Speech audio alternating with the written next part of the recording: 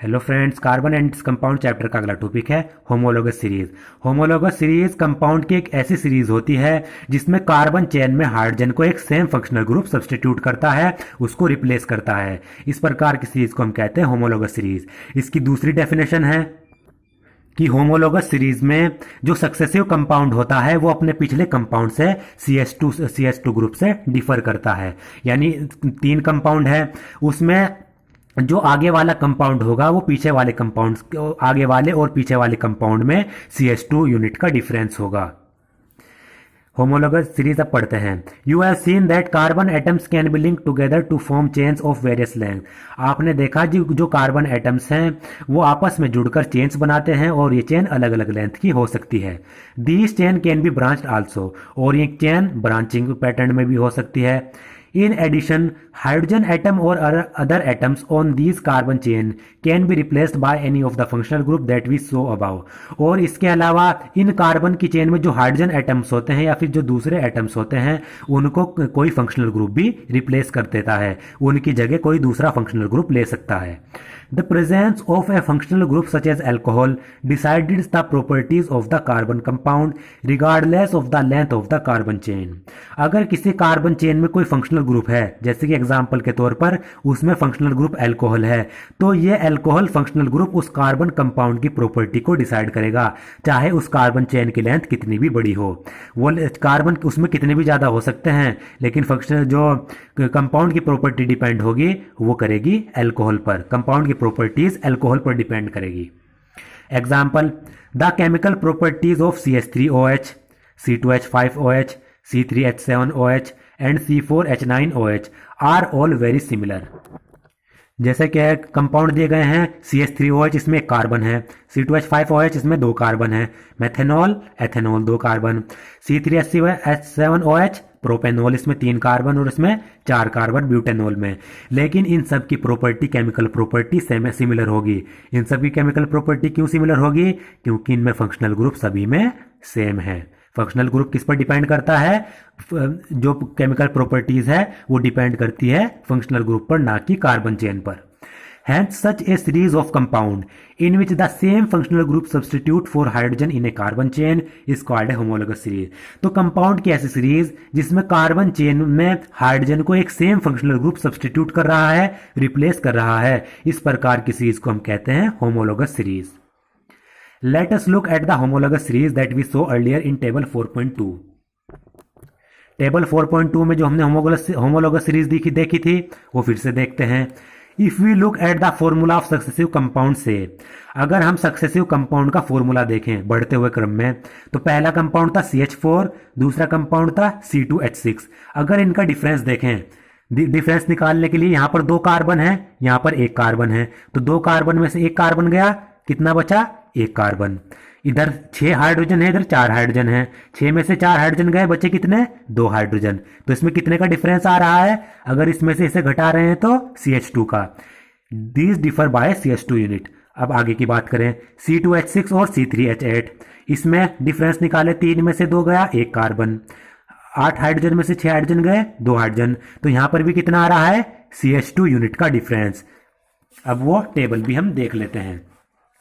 यह है, इसमें से इसे घटा रहे हैं, सक्सेसिव मतलब इससे अगले वाला, इसमें से इसे घटा रहे हैं तो CH2 आ रहा है, इसमें से इसे घटा रहे हैं तो CH2 आ रहा है, C4H10 में से ये घटाएंगे तो CH2 आएगा, इसमें से ये घटाएगा तो CH2 आएगा, हेक्सेन में से अगर पेंटेन घटाएंगे तो CH2 आएगा। तो ऐसी सीरीज जिसमें जो सक्सेसिव कंपाउंड होता है वो अपने पिछले कंपाउंड से CH2 यूनिट से डिफर होता है, इस प्रकार की सीरीज को भी हम कहते हैं होमोलोगस सीरीज। यानी होमोलोगस सीरीज में आगे वाला कंपाउंड पिछले वाले कंपाउंड से CH2 यूनिट से ज्यादा होगा, डिफरेंस होगा। What is the difference between the next pair propane and butane? Propane और ब्यूटेन के बारे में हमने अभी देखा, उसमें भी CH2 यूनिट का ही डिफरेंस था। Can you find out the difference in molecular masses between these pairs? The atomic mass of carbon is 12 U and the atomic mass of hydrogen is 1 U. क्या हम इनके मोलिकुलर मास में भी difference निकाल सकते हैं? यहां पर एटॉमिक मास दिया गया है कार्बन का 12 एटॉमिक यूनिट, हाइड्रोजन का 1 एटॉमिक यूनिट। अगर इनका हम मोलिकुलर मास निकालें तो ये दिया गया है, पहला CH4 एंड C2H6। दूसरा है C2H6 C3H8, C2H6 and C3H8।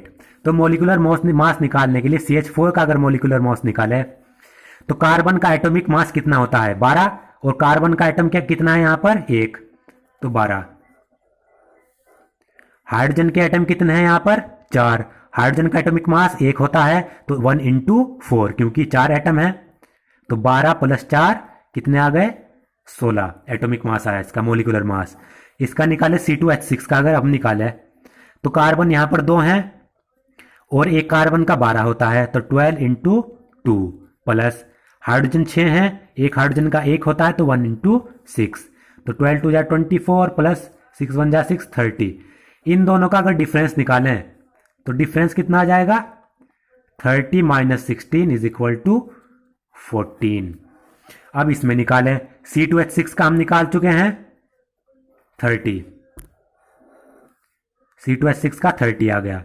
C3H8 का अगर निकालें 3 एटॉमिक नंबर एटम है तो 3 इंटू 12 या 12 इंटू 3, क्योंकि कार्बन का 12 एटॉमिक मास होता है। 8 हाइड्रोजन के एटम है, एक का होता है 1, तो 12 3 जा 36 प्लस 8 यह आ जाएगा 44। इनका डिफरेंस 44 में से 30 गए कितना आया 14।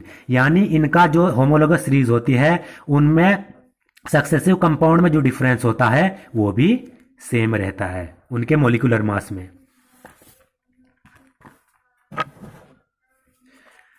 Similarly take the homologous series for alkenes. इसी तरीके से हम एल्कीन्स की भी होमोलोगस सीरीज ले सकते हैं। The first member of the series is ethene. Alkene का जो फर्स्ट मेंबर होता है सिंपल कंपाउंड वो इथीन होता है, which we have already come across in section 4.21। What is the formula for ethene. Ethene का फॉर्मूला क्या होगा, तो इथीन का फॉर्मूला होता है C2H4। The succeeding members have the formula. Ethene के जो आगे के मेंबर हैं जैसे प्रोपीन C3H6 और ब्यूटीन C4H8, पेंटीन C5H10।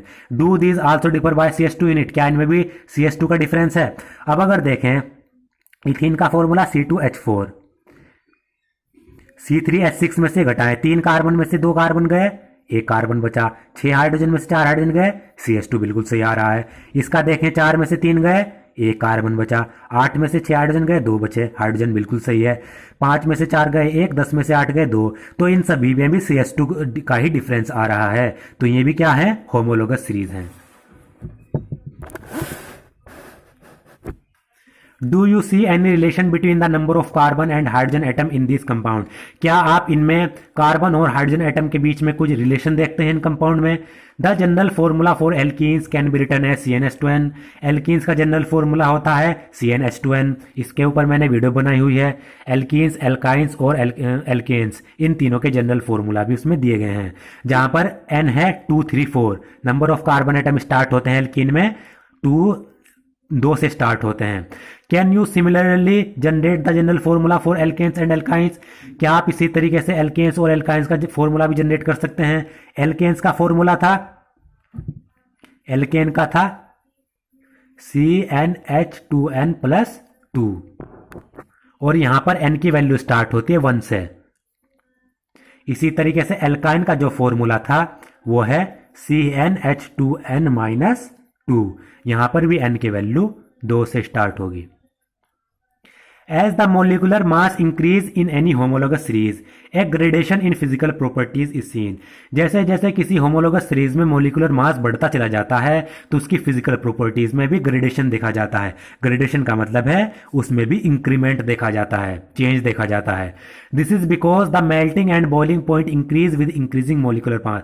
ऐसा इसलिए है क्योंकि जैसे जैसे किसी होमोलोगस सीरीज का मोलिकुलर मास बढ़ता चला जाता है तो उसका मेल्टिंग और बॉइलिंग पॉइंट भी बढ़ता चला जाता है। इंपॉर्टेंट प्रॉपर्टीज है, जैसे मीथेन है CH4, इथेन है C2H6। तो जैसे जैसे इसका मोलिकुलर मास बढ़ता चला जा रहा है वैसे वैसे इसका बॉइलिंग पॉइंट भी, मेल्टिंग बॉइलिंग पॉइंट भी बढ़ता चला जाएगा। C2H6 का मेल्टिंग और बॉइलिंग पॉइंट हायर होगा CH4 के मुकाबले, क्योंकि इसका मोलिकुलर मास ज़्यादा है। तो कहीं पर अगर हमें दे दी जाए 7-8 कंपाउंड दे दी जाए और उनमें पूछे इनमें से 7-8 हमें एल्केन्स दे दी जाए और उनमें से पूछें कि इनमें से मेल्टिंग और बॉइलिंग पॉइंट किसका ज़्यादा होगा, तो जिसका मोलिकुलर मास ज़्यादा होगा, जिसमें कार्बन और हाइड्रोजन ज़्यादा होंगे, उसका मेल्टिंग और बॉइलिंग पॉइंट ज़्यादा होगा। Other physical properties such as solubility in a particular solvent also show a similar gradation. दूसरी फिजिकल प्रॉपर्टीज है जैसे कि पर्टिकुलर सॉल्वेंट में सोल्युबिलिटी क्या होगी, वो भी इसी तरीके का पैटर्न शो करती हैं। But the chemical properties which are determined solely by the functional group remain similar in a homologous series। लेकिन जो केमिकल प्रॉपर्टीज होती हैं वो फंक्शनल ग्रुप पर डिपेंड करती हैं, तो वो होमोलोगस सीरीज में सेम रहेगी। जैसे यहाँ पर देख लेते हैं इस एक्टिविटी में CH3OH है, कार्बन 1 है, C2H5OH कार्बन 2, फिर कार्बन यहाँ पर 3 है, यहाँ पर कार्बन 4 है। इनका मोलिकुलर मास तो बढ़ रहा है लेकिन इनका फंक्शनल ग्रुप सेम है, सभी में फंक्शनल ग्रुप OH है, तो इनकी केमिकल प्रॉपर्टी सेम रहेगी। वो मोलिकुलर मास पर डिपेंड नहीं करती, ना ही वो कार्बन चेन पर डिपेंड करती, वो सिर्फ डिपेंड करती है फंक्शनल ग्रुप पर। तो केमिकल प्रॉपर्टीज होमोलोगस सीरीज में सेम रहती है। अब यह आई एक्टिविटी 4.2। इसमें हमें क्या करना है, फॉर्म डिफरेंस निकालना है और इनके मोलिकुलर मास का डिफरेंस निकालना है।